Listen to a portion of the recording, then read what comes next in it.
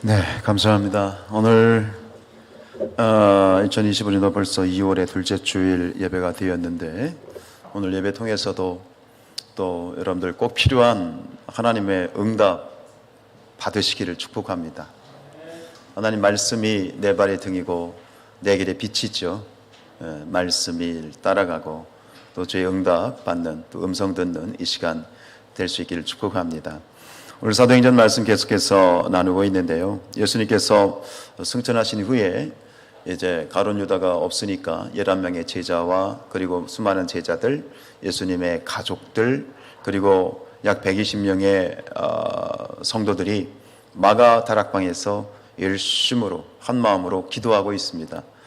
목적은 하나입니다. 무엇이죠? 성령 세례를 주옵소서.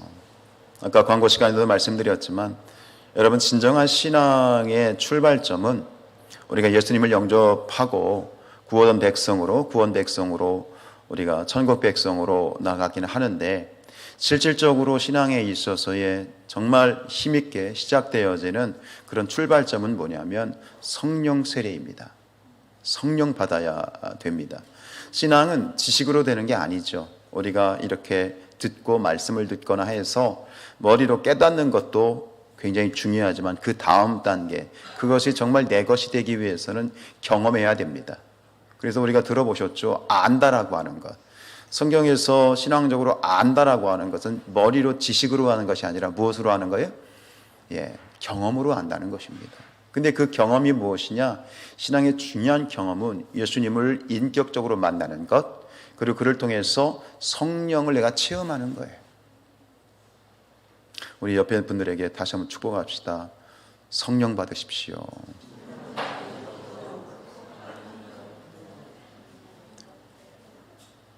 성령 받으셨어요? 네, 정말 축복합니다. 신앙에 왜 재미가 없을까요? 왜 말씀이 안 들릴까요? 왜 기도하는데 기도가 능력이 없을까요? 성령이 함께하지 않아서 그래요. 그래서 다시 한번 우리 청년들 오늘 이렇게 정말 아름다운 찬양을 해줬는데, 내가 그 말씀을 못 드렸네요.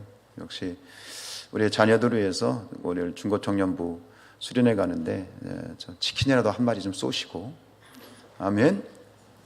봐봐, 아멘 소리가 안 나오잖아요. 적극적으로 좀 그렇게 기도로 후원해 주셨으면 좋겠어요. 이들은 이제 예수님이 돌아가신 다음에 제자들은 당국으로부터 체포를 당할 수 있는 그러한 위협을 받는 상황이었지만, 예수님의 명령을 따라서 이제 기도에 전념하고, 그리고 지난주에 말씀드린 것처럼 예수님이 승천하신 다음에 약 열흘 후가 오순절이었기 때문에 그 열흘 후에 성령을 받아요.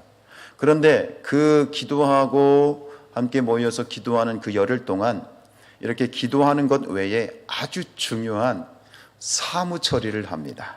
사무 처리, 업무 처리를 하는데, 그것이 뭐냐면, 지금 12사도 중에 가룟 유다가 죽어서 11명의 사도만 남았잖아요. 그래서 12사도의 그 빈자리를 채우기 위해서 12번째 사도를 선출하게 됩니다. 그것이 오늘 본문의 이야기입니다. 자, 15절 말씀 시작해 볼까요? 모인 무리의 수가 120명이었더라. 베드로가 그 형제들 가운데 일어서서 이르되, 오늘 이 모든 그러한 업무 처리, 결혼되어지는 마지막 12번째 사도를 충원하는데 앞장서서 이렇게 일을 진행한 것은 수제자인 베드로입니다. 근데 오후 시간에 잠깐 더 말씀을 나누겠습니다만, 베드로가 이 일들을, 그러한 왜 가룟 유다가 죽게 되었는지, 그리고 그로 인해서 왜 한 사람을 더 충원해야 되는지를 굉장히 성경적으로 이렇게 풀어가고 그거를 제안을 하고 추진해 가는데, 이 무식한 어부였던 베드로가 어떻게 이렇게 일을 추진할까? 굉장히 의아할 정도로 굉장히 능수능란하게 일을 처리해 나가는데, 그 왜 그런지는 저녁에 이따가 오후에 말씀을 드리고, 그러면서 이제 가장 먼저 이제 이 베드로는 유다에 대한 이야기를 성경으로 풀어갑니다. 왜 유다가 그런 일을 저질렀는지, 그리고 그로 인하여서 어떤 일이 벌어지는지에 대해서, 그리고 새로운 사도를 선출할 것을 제안을 하게 되는데, 우리 16절 말씀, 형제들아, 성령이 다윗의 입을 통하여 예수 잡는 자들의 길잡이가 된 유다를 가리켜 미리 말씀하신 성경이 응하였으니 마땅하도다. 이 말씀을 처음에 읽으면 이게 잘 안 들어오는데요. 중간에 있는 내용을 쏙 빼고 말씀을 이렇게 보면 되죠. 성령이 다윗의 입을 통하여 뒤에 보죠. 미리 말씀하신 성경이 응하였다 하는 거예요. 이게 무슨 얘기냐면 가룟 유다가 예수님을 배신하고 그가 이제 자살이라고 하는 비참한 최후를 맞이하는 이런 일들이 어쩌다 마주친 그대 혹은 그냥 우연히 우발적으로 발생한 것이 아니라 이 모든 것은 이미 구약에 예언이 되어 있었다. 그리고 그것이 지금 성취된 것이다 라고 얘기하는 거예요. 그리고 그 예언, 가룟 유다의 이러한 사건을 예언했던 그 사람은 누구다? 누가 예언을 했다? 다윗이 예언을 했다라고 하는 거예요. 다윗이 왕으로 등극한 것이 몇 년이냐면 BC 1010년이에요. 그러니까 예수님이 오신 분부터 기원 후에 원년이 되기 때문에 다윗이 이처럼 가룟 유다의 이런 배신과 그 사건을 예언한 것은 벌써 몇 년 전에, 약 몇 년 전? 1000년 전에 예언이 되어졌던 거예요. 그 다윗이 1000년 전에 예언했던, 감이 안 오세요? 몇 년? 1000년이요. 1000년 전에 예언했던 다윗의 예언이 오늘 그 예언대로 응하였다는 말은 성취되었다, 이루어졌다는 얘기예요. 그 성취된 것이 바로 이 가룟 유다의 사건이라고 하는 거예요. 그러면 다윗의 예언이 나와 있는 구절이 어디일까요? 시편입니다. 시편 41편 9절 말씀을 말하는 거예요. 읽습니다. 내가 신뢰하여 내 떡을 나누어 먹던 나의 가까운 친구도 나를 대적하여 그의 발꿈치를 들었나이다 라고 하는 것. 이것은 다윗의 이제 왕위에 있으면서 배신을 당했던 경험, 압살롬 아들이 아버지 목에 칼을 겨두고 그리고 정말 왼팔 오른팔이었던 사람들이 또 다윗을 배신하고 떠나는 상황 가운데에서 그걸 얘기하는 거죠. 가까운 친구도 나를 대적했는데 마치 짐승이 뒷발질하는 거 아시죠? 뒷발질해서 그 주인을 이렇게 공격하는 것처럼 그런 식으로 이제 배신을 당할 것. 이 구절이 바로 가룟 유다에 대한 배신을 예언하는 성령께서 다윗을 통해서 예언하셨던 그 구약의 말씀이지요. 그리고 또 놀라운 사실은 예수님께서도 이 바로 시편 41편 9절을 제자들과 함께 마지막 만찬을 나누셨던 그것도 이제 마지막 만찬도 마가다락방에서 일어섰었는데 어쨌든 간 제자들과 함께 마지막 식사를 했던 그 자리에서도 이 말씀을 그대로 인용하세요. 자, 여러분 눈에 한번 쫙 박아 놓으세요. 내 떡을 나눠 먹던 나의 가까운 친구 너를 대적하여 그의 발꿈치를 들었나이다. 다윗의 예언입니다. 자, 예수님의 말씀 보죠. 요한복음 시작. 그러나 내 떡을 먹는 자가 내게 발꿈치를 들었다 한 성경을 응하게 하려는 것이냐. 똑같이요. 구약의 다윗의 예언을 예수님이 인용하시면서 제자들과 함께 식사하면서 누구라고는 콕 집어서 말씀 안 하시지만 누군가 나를 배신하게 될 것이다. 그 가룟 유다의 배신을 예수님이 암시하셨던 것입니다. 오늘 말씀대로 가룟 유다의 배신과 죽음은 구약 예언의 성취입니다. 그럼 여기서 조금 머리가 조금 더 막 생각을 하시고 말씀을 이렇게 자꾸 좀 활발하게 묵상하시는 분들은 뻗뜩 머릿속으로 한 가지 질문이 떠오르게 됩니다. 가룟 유다가 예수님을 배신한 것도 예언대로 성취된 거고 그가 비참하게 자살하여 죽은 것도 구약의 예언대로 이루어진 것이라면 그러면 가룟 유다는 뭐가 되는 거죠? 가룟 유다가 예수님을 배반한 일이 자신의 의지와 상관없이 예수님을 배신한 게 될 수 있죠? 그래요, 안 그래요? 예, 이렇게 생각할 수 있어요. 아니 구약에 예언되어져 있으면 1000년 전에 그것도 1000년 전에 예언되어져 있으면 그대로 성취된 거니까 이건 가룟 유다 자신의 의지와는 상관없이 그냥 어쩌다가 떠밀려서 예수님을 배신하는 그런 배신자가 된 거 아닌가? 라고 하는 생각을 할 수 있고요. 또 그런 얘기도 저도 가끔 들어봤어요. 근데 오해하시면 안 되는 건 뭐냐면 구약의 예언은 그 예수님을 배신할 사람이 예수님의 제자였던 가룟 유다라고 예언된 게 아니에요. 이 예언은 분명히 예수님은 누군가의 손을 통해서 배신을 통해서 십자가를 지셔야 되고 십자가를 지셔야 예수님은 죽으셔야 또 인류 구원을 완성하신 건 맞지만 그것이 콕 집어서 가룟 유다가 아니에요. 가룟 유다가 선택한 거예요. 선택한 거예요. 그러니까 예수님을 배신한 것은 유다가 자기의 의지와 욕심, 이 사람은 굉장히 돈을 밝히는 사람이었잖아요. 그렇죠? 스승이었던 3년 동안 따랐던 스승의 그림자도 밟지 못할 정도로 어려운 스승을 금 30냥도 아니고 뭐예요? 은 30의 스승을 팔아넘길 정도로 굉장히 무력과 탐욕이 있는 사람이에요. 그러니까 그 자기의 선택에 의해서 자신의 선택에 의해서 자기 의지로 예수님을 배신한 사람이 된 거예요. 정리할게요. 이 배신의 사건은 가룟 유다를 말한 게 아니에요. 하필 그 배신자로 되어진 그 자리에 누가 그 자리를 차지한 것뿐이야?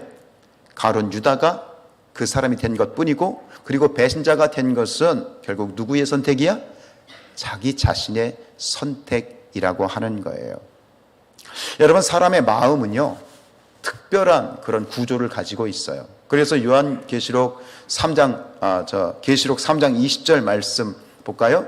볼지어다 내가 문 밖에 서서 두드리노니 누구든지 내 음성을 듣고 문을 열면 내가 그에게로 들어가 그와 더불어 먹고 그는 나와 더불어 먹으리라 그랬죠. 이것은 우리 사람의 문의 구조를 보여줘요.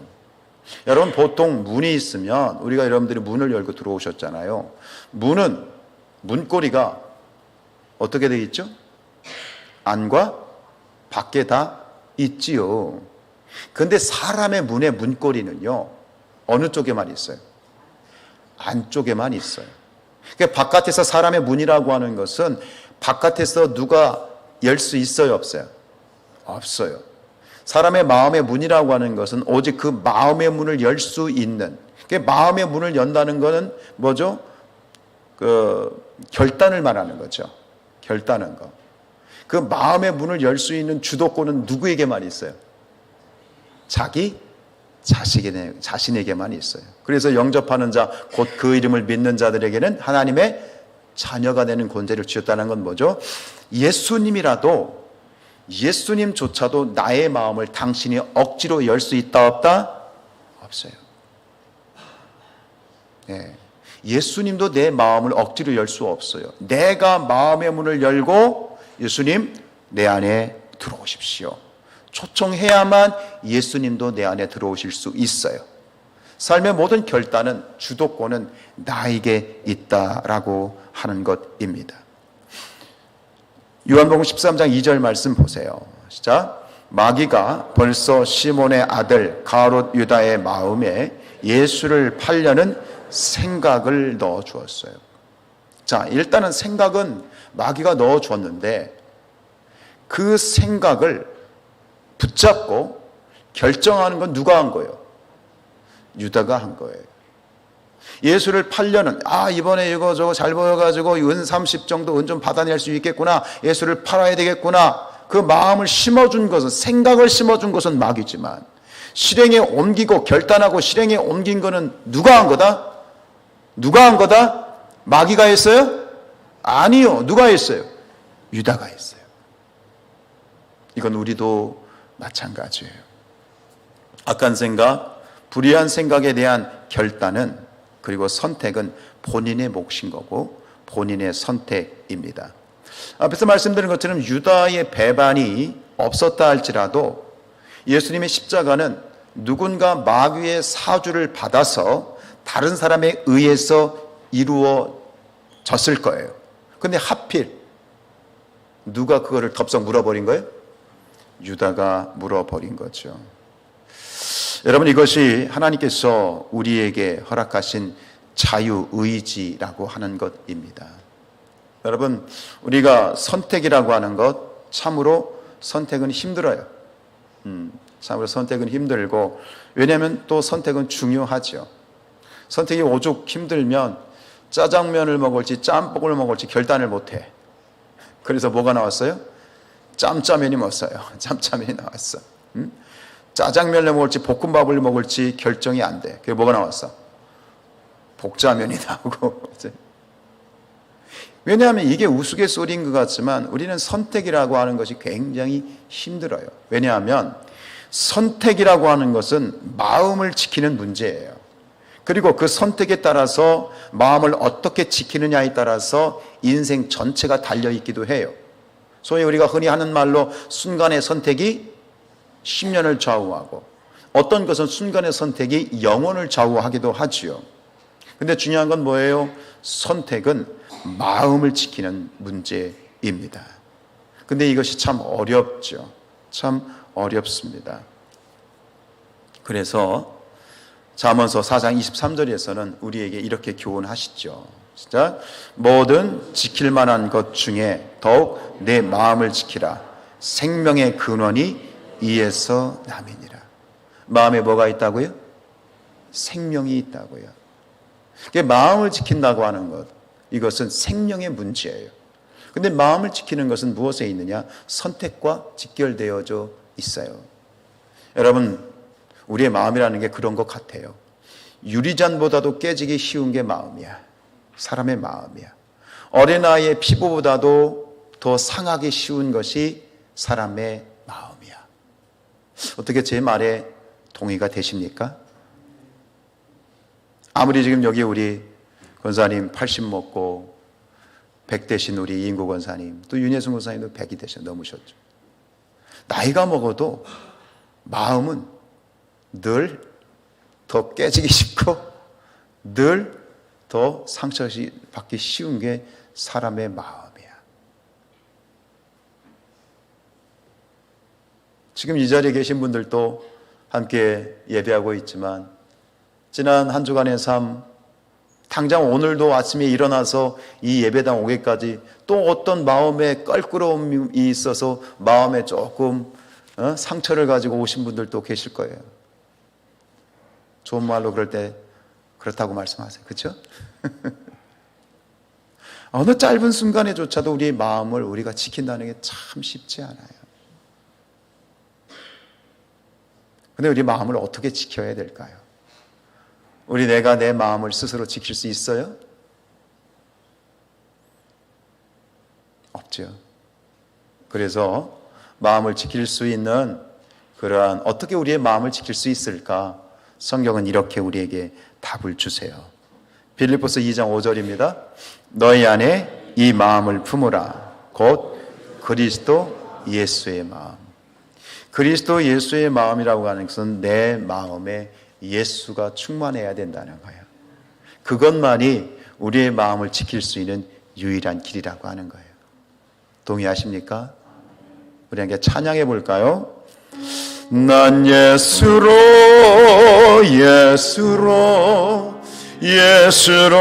충만하네. 세상 모든 것들도 부럽지 않네. 난 예수로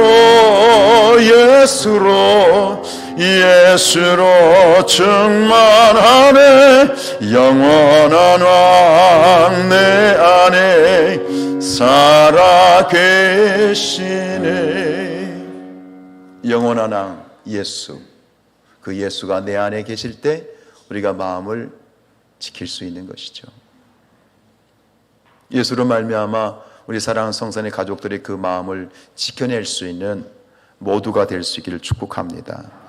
그런데 가룟 유다가 그 마음을 못 지켰어요. 그 안에 예수가 없잖아요.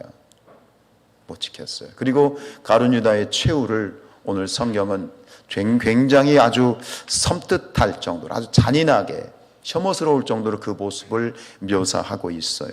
18절입니다. 이 사람이 불의의 삭스로 밭을 사고 후에 몸이 곤두박질하여 배가 터져 창자가 다 흘러나온지라. 참 참혹하고 굉장히 혐오스러워요. 어린아이들한테는 차마 들려주고 싶지 않은 그런 표현이에요. 몸이 곤두박질하여. 그러니까 이 지금 유다가 어떻게 죽었죠? 어떻게 자살했죠? 목 매달아 죽었죠. 그 뭐 가지, 나무 가지에다가 아마 줄을 걸었던 것 같아요. 줄에 목을 걸었는데, 근데 가지가 부실했는지 몸이 비대했는지 그게 그냥 툭 하고 부러지더니 밑에 뭐 바위가 있었는지 그냥 뭐 배가 터져서 창자가 흘러나올 정도로 그렇게 비참하게 그의 죽음이 묘사되고 있어요. 19절입니다.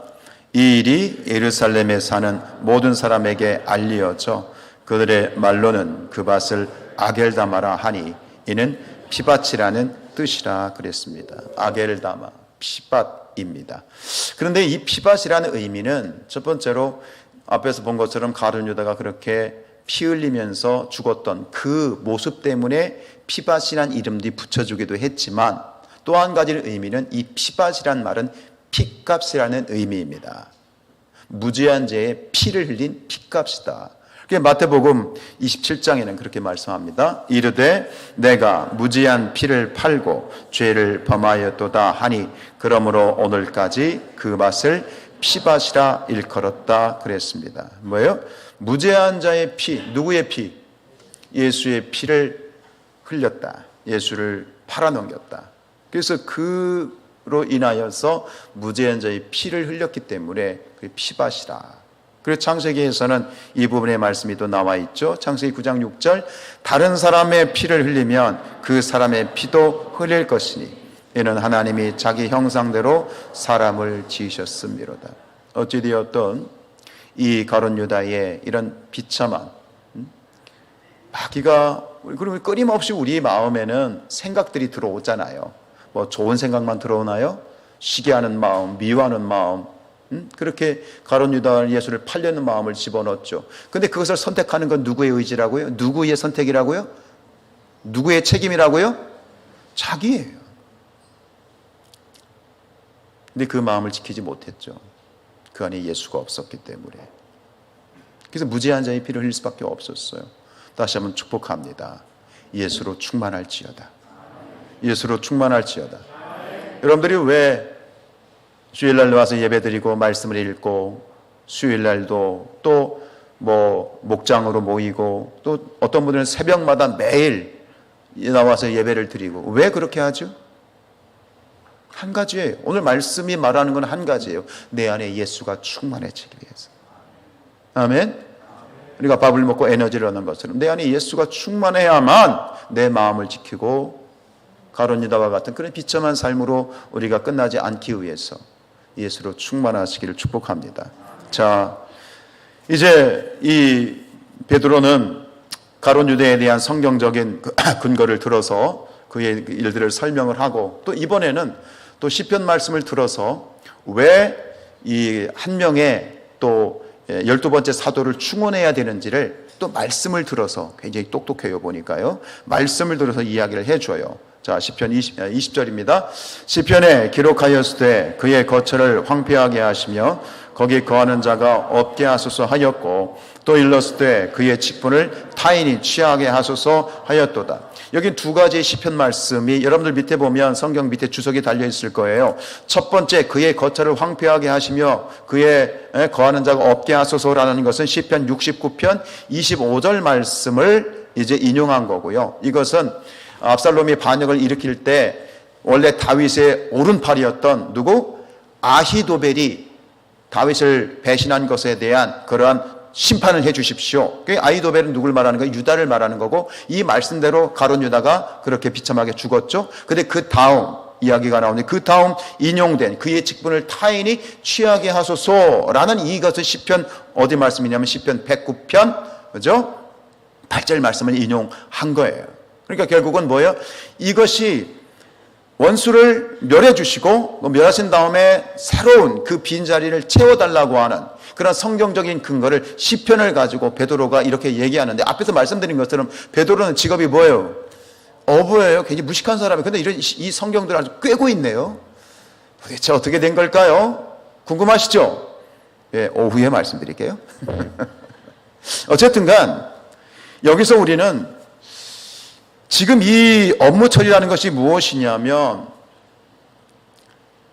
가룟 유다의 자리, 즉 12번째 빈 자리를 채워야 되는 그 일을 했는데, 여러분 궁금하지 않으십니까? 그냥 11명의 사도 가지고 그냥 하나님이, 예수님이 일하시면 되지 왜 굳이 무슨 결벽증이 있는 것처럼 12번째 사도를 꼭 충원을 하셔야만 했을까? 이것은 하나님의 뜻이었지요. 성령께서 이끄시는 것이지요. 결론부터 말씀드리겠습니다. 12명의 사도를 굳이 채워야 되는 이유가 있었던 것이죠. 이때는 있었던 거예요. 뒤에서는 안 했어요. 뒤에 사도들이 순교를 했을 때는 그때는 안 했는데 지금 이 시점에서는 꼭 필요한 이유가 있어요. 결론부터 말씀드리면 이겁니다. 12, 12라는 숫자와 연관이 되어 있습니다. 12사도는 무엇을 의미하느냐?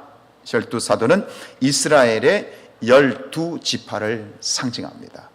12지파라고 하는 건 이스라엘 민족인데요. 단순히 이스라엘이라고 하는 이 명칭, 여러분 우리가 보통 그런 얘기를 합니다. 우리도 영적 이스라엘이다. 그런 말 들어보셨죠? 오늘 우리가 하나님을 믿고 예수님을 믿는 우리 모든 그리스도인들을 표현할 때, 이렇게 표현합니다. 우리가 영적 이스라엘이다. 그런 말을 표현하죠. 이게 무슨 얘기냐면 이스라엘이라고 하는 것은 하나의 국가의 그런 명칭만을 의미하는 게 아닙니다. 이스라엘이라고 하는 것은 뭐예요? 하나님이 선택한 백성, 하나님의 백성, 선민을 의미하는 겁니다. 그게 바로 이스라엘의 명칭입니다. 그러니까 오늘 그 이스라엘은 12지파로 되어 있잖아요.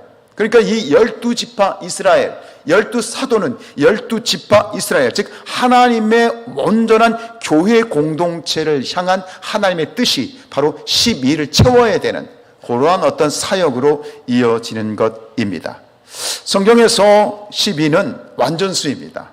우리가 7 하면 행운의 수이면서 또 완전수라고 얘기하는데 성경에서 중요한 것이 뭐냐면 12입니다. 그래서 12는 하나님의 통치, 또 하나님의 질서, 그리고 하나님의 이런 통치의 완성을 의미하는 것이 12입니다. 그래서 12사도를 통해서 하나님께서는 이 땅의 신약 이후에 영적 이스라엘인 교회 공동체, 그 교회 공동체를 완성해 나가는, 그래서 그 12사도를 중심으로 해서 땅끝까지 복음을 증거하는 일을 마치려 했던 그 의도가 바로 여기에 12라고 하는 숫자에 있는 것이죠. 여러분 베드로전서 2장 9절 말씀에 보면 그런 말씀이 있어요. 너희는 택하신 족속이요 왕같은 제사장들이요 거룩한 나라요 그의 소유가 된 백성이니 그랬습니다. 이게 뭐죠? 이게 이스라엘이에요. 참 오늘도 일부 때는 없었는데 우리 방송팀이 참 믿음과 소망과 사랑 중에 제일은 센스인데 또 일부 예배 때 안 올렸던 말씀을 또 올렸네. 아유 감사해요. 방송실 축복받을지어다. 아멘 좀 해줘요. 너희는 택하신 족속이고 왕같은 제사장들이고 거룩한 나라고 그의 소유가 된 백성. 이게 뭐예요? 12지파 이스라엘이에요. 근데 12지파 이스라엘을 왜 선택하셨어요? 뒤에 보세요. 그의 기이한 빛에 들어가게 하신 이의 아름다운 터. 이게 뭐예요? 복음이에요. 복음을 선포하게 하려 하심이라. 그래서 땅끝까지 복음을 증거하는 그 시발점, 출발점이잖아요. 초대교회니까 그 출발점의 12사도를 통해서 12지파 영적 이스라엘을 완성하고 그 출발점에서 끝까지 전진해서 완전한 교회를 완성시키는 출발점이기 때문에 그 12사도를 통해서 그 모든 것들 사인을 주신 것이죠. 그리고 놀라운 것은 그리고 마지막 이 교회가 완전한 교회로 이제 세워지는 날이 옵니다. 언제죠? 예수님이 재림하시는 날. 예수님이 이 땅에 오시는 마지막 재림하시는 날, 그날에 이제 예수님께서는 모든 악한 것들을 다 불지옥에 집어넣어 쳐넣으시고 그리고 교회를 완성하세요. 그 마지막 시대에 예수님께서 완성하실 그 교회의 완성, 그게 뭐죠?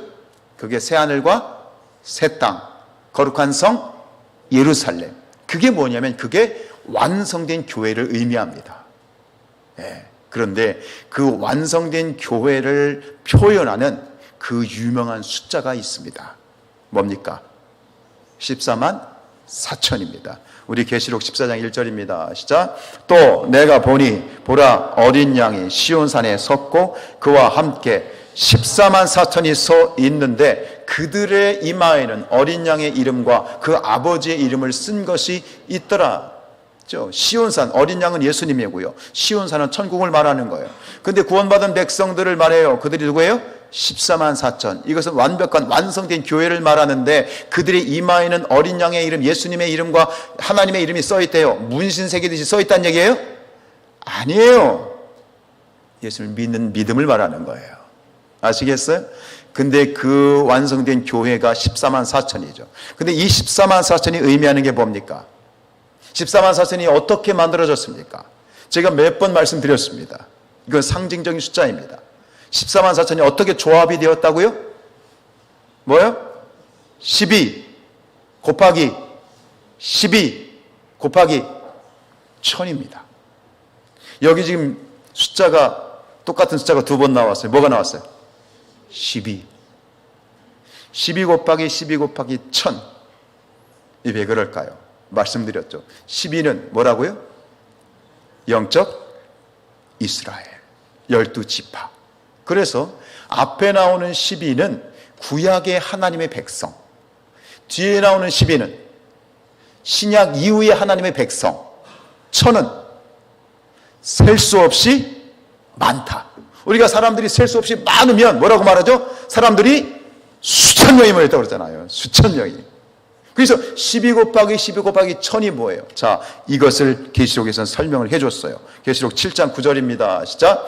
이 일 후에 내가 보니 각 나라와 족속과 백성과 방언에서, 여기서 각 나라와 족속과 백성과 방언은 관용구인데 이것은 이 세상을 말하는 거예요. 믿는 사람과 믿지 않는 사람이 같이 있는 이 세상 전체를 통틀어서 말할 때 뭐라고 말한다고요? 각 나라와 족속과 백성과 방언이 이 관용구예요. 근데 그 가운데서 어떤 사람들이 나왔습니까? 시작. 아무도 능히 셀 수 없는 큰 무리가 나왔어요. 흰옷을 입고 손에 종려가지를 들고 보좌 앞과 어린 양 앞에 섰어요.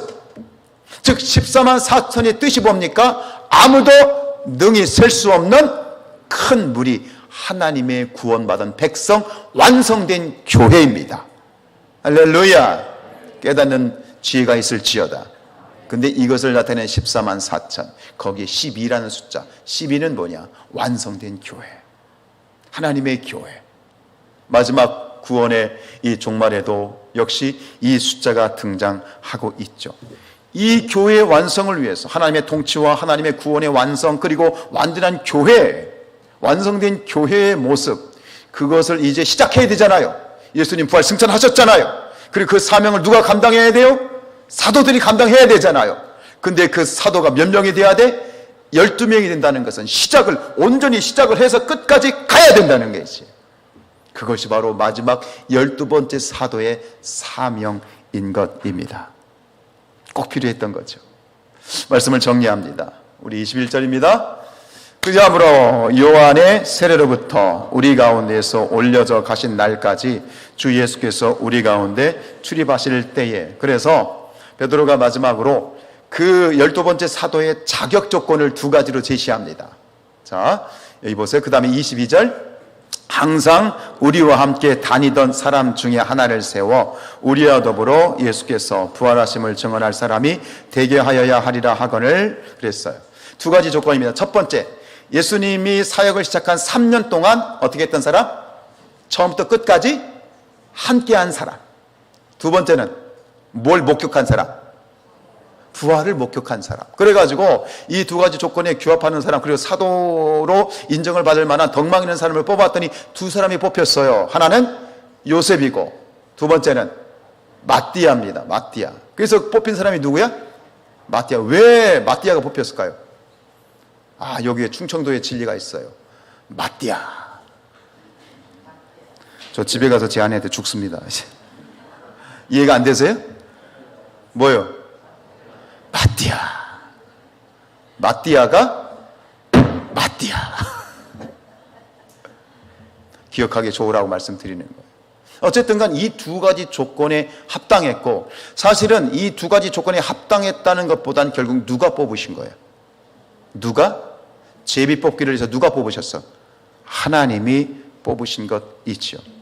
그리고 이 마띠아를 통해서 이제 하나님이 꿈꾸셨던 이 하나님 나라의 완성, 구원의 완성, 완전한 교회의 완성을 위해서 첫 출발을 내딛는 그러한 마지막 퍼즐이었던 것입니다. 말씀을 정리하면 가룟 유다의 자리를 충원해야 했던 이유는 단순히 가룟 유다가 죽어서 그 자리가 비었기 때문이 아닙니다.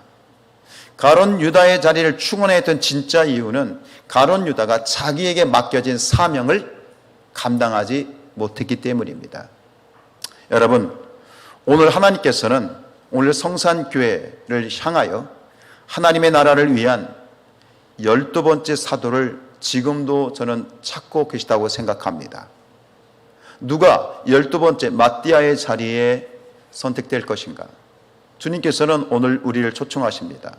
너희 중에 누가 12번째 사도의 자리에 나아갈 것인가? 이것은 주님의 초청입니다.